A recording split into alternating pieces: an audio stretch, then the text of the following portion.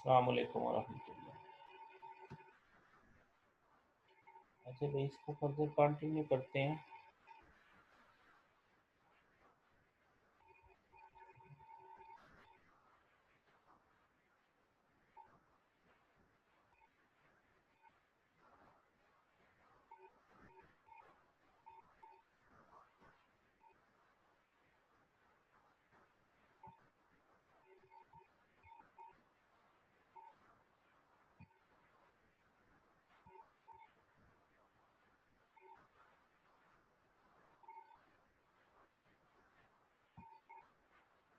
Function call stack. Stack की application देख रहे हैं। ये स्टैक को यूज़ करते हुए आप फंक्शन कॉल को मेंटेन कर सकते हैं। जैसे आप करते हैं ना, जैसे आप रिकर्जन करते हैं कि आप एक दफ़ा कॉल करते हैं तो फिर उसके अंदर एक अगेन कॉल करते हैं, वही फंक्शन अपने आप को फिर अगेन कॉल करता है। तो वो जो कॉलिंग का प्रोसीजर है उसको मैनिपुलेट किया जाता है। कहाँ पे इसको, इसकी क्या अकरेंसेस को कहाँ पे स्टोर किया जाता है? स्टैक के अंदर।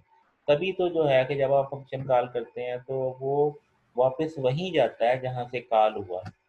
तो stack play key role in implementation of function call in programming languages. In C++, formula call the stack is used to pass function argument and receive return value। तो स्टैक के अंदर जब आप एक फंक्शन को आपने कॉल किया तो उसके जो लोकल वेरिएबल्स हैं उनको आप कहाँ पे पुश करते हैं? स्टैक के ऊपर। उसकी रिटर्न वैल्यू को कहाँ पे पुश करते हो? स्टैक पर। देन दोबारा फिर वो अपने आप को कॉल करता है। फिर एक और नई कॉपी बनती है, वो भी किस पे सेव हो जाती है? स्टैक पे। तो आप इनर इनर हो जाते हैं। जब वो वहाँ पे आपकी एंड कंडीशन मीट कर जाती है, जैसे रिकर्जन का केस है, तो फिर वो वापस पॉप करता है, उनको पॉप करता है, फिर वापस वही वैल्यू मिलती है जहाँ से वो छोड़ के गया होता है। This call stack is all used for local variable। तो लोकल वेरिएबल्स को मेंटेन करने के लिए भी स्टैक ही यूज होती है। तो अब जैसे in GCC, a popular C plus plus compiler on Intel platform, stack entries are, मसलन आपने n इंटू 4 किया और लास्ट आर्गुमेंट ये सेकंड, ये रिटर्न एड्रेस टॉप के ऊपर। अब यहाँ पे ये जैसे पहला जो है आर्गुमेंट, आखिरी आर्गुमेंट, फिर इसके बाद सेकंड आर्गुमेंट, फर्स्ट आर्गुमेंट, यानी आर्गुमेंट को जो है वो लास्ट ऑर्डर से करते हैं, यानी राइट टू लेफ्ट करते हैं। आपको वहाँ पे भी जब आपने डिफॉल्ट आर्गुमेंट पढ़ा तो वहाँ पे भी आपको ये बात समझ में आई थी। तो उन उन सारों को, सारे आर्गुमेंट को लास्ट से लेके फर्स्ट तक सारों को पुश किया जाता है स्टैक पे, और आखिर में रिटर्न एड्रेस, फंक्शन का रिटर्न एड्रेस स्टोर किया जाता है। तो फर्ज किया यहाँ पे एक ये फंक्शन है int A B C return A plus B over two. तो आपने स्टैक लेआउट की एंट्री करनी है, तो क्या किया? ये ई एस पी क्या है? Extended stack pointer. आप लोगों ने बल्कि असेंबली पढ़ चुके हैं ना आप लोग? असेंबली लैंग्वेज आप लोगों ने पढ़ी है तो आपने ई एस पी पढ़ा होगा, एक्सटेंडेड स्टैक पॉइंटर। तो स्टैक, अब ये क्या किया कि आपने फर्ज किया आपने 8 और यहाँ पे और बी, उसके बाद 4 के ऊपर ये 8, यानी मेमोरी एड्रेस बता रहा है क्योंकि वो एक्सटेंडेड स्टैक पॉइंटर 4 बाइट का होता है। तो 8 के ऊपर बी को पुश कर दिया, 4 के ऊपर ए को पुश कर दिया, और 0 के ऊपर जो है रिटर्न एड्रेस को पुश कर दिया। तो अब आपने जैसे यहाँ हमारे पास ये था तो मूव करते हैं 4 को ई एक्स में ऐड करते हैं। अब ये वो आ गया, असेंबली की इंस्ट्रक्शन आ गई। तो मूव की इंस्ट्रक्शन आ गई और ऐड की इंस्ट्रक्शन आ गई, और ये जो है एस ए आर की जो हमारे पास था, जैसे सर्कुलर राइट वगैरह, इस तरह से जो है, यानी ये एस ए आर जो है वो डिवाइड करने के लिए, डिवाइड बाई टू होता है ना, अगर शिफ्ट लेफ्ट करते हैं, आपने पढ़ा था ना, शिफ्ट लेफ्ट करते हैं तो इसका मतलब ये होता है कि एलिमेंट 2 से मल्टीप्लाई हो रहा है, शिफ्ट राइट करते हैं तो डिवाइड हो रहा है 2 से।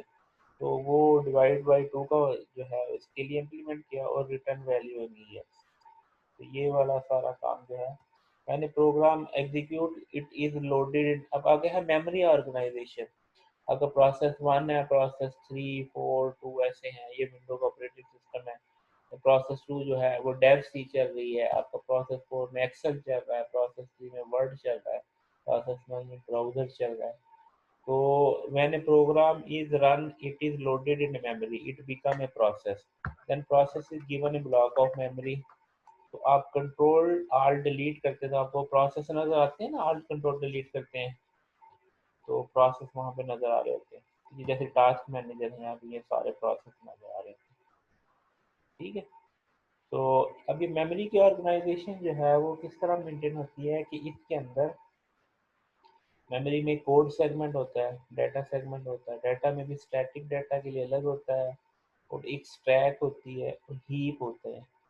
तो आपका जो जो कोड होता है वो कोड सेगमेंट में पड़ा होता है, जो डाटा है वो डाटा सेगमेंट में पड़ा होता है, उसमें जो स्टैटिक डाटा है वो अलग से पड़ा होता है, और जो लोकल वेरिएबल है वो स्टैक में पड़े होते हैं, और जो आपके डायनामिक वेरिएबल वो हीप में पड़े होते हैं। तो ये हमारे पास जो है स्टैक की एप्लीकेशन के स्टैक कहाँ कहाँ पे यूज होती है। इसी तरीके से आप अनडू रीडू जो करते हैं वो भी आपका जो है और इसी तरीके से आप प्रिंटेड के अंदर प्रिंटिंग की ऑप्शन भेजते हैं तो वो जो क्यू मेंटेन होती है, तो वो जो फर्स्ट कम फर्स्ट सर्व, वो जो वहाँ पे क्यू की एप्लीकेशन होती है असल में ये, और ये अनडू रीडू के अंदर स्टैक यूज होती है। ठीक है, पुश पॉप करते हैं। ये हमारे पास कुछ एप्लीकेशंस थी स्टैक की। ठीक हो गया जी। इसके बाद बल्कि ये इतना ही काफ़ी है। उसको इम्प्लीमेंट कर लेंगे या इम्प्लीमेंट करूँ? वो कोड लिखा हुआ है, वो उसको रन करें, अगर उसमें कोई मसला आए तो फिर वो जो है वो मेरे साथ शेयर कर लेना, उसको कर देंगे। अगर प्रॉब्लम आए तो आप अपने क्वेश्चन दे देना, तो नेक्स्ट टाइम जो मैं आपको वो कोड करवा देता हूँ। और कहते हैं तो अभी अभी करना तो अभी कर लें, क्या कहते हैं, ट्राई करेंगे? क्यों भाई, ये जो हमने अभी किया है वो infix to postfix वाला, उसको करेंगे या नहीं?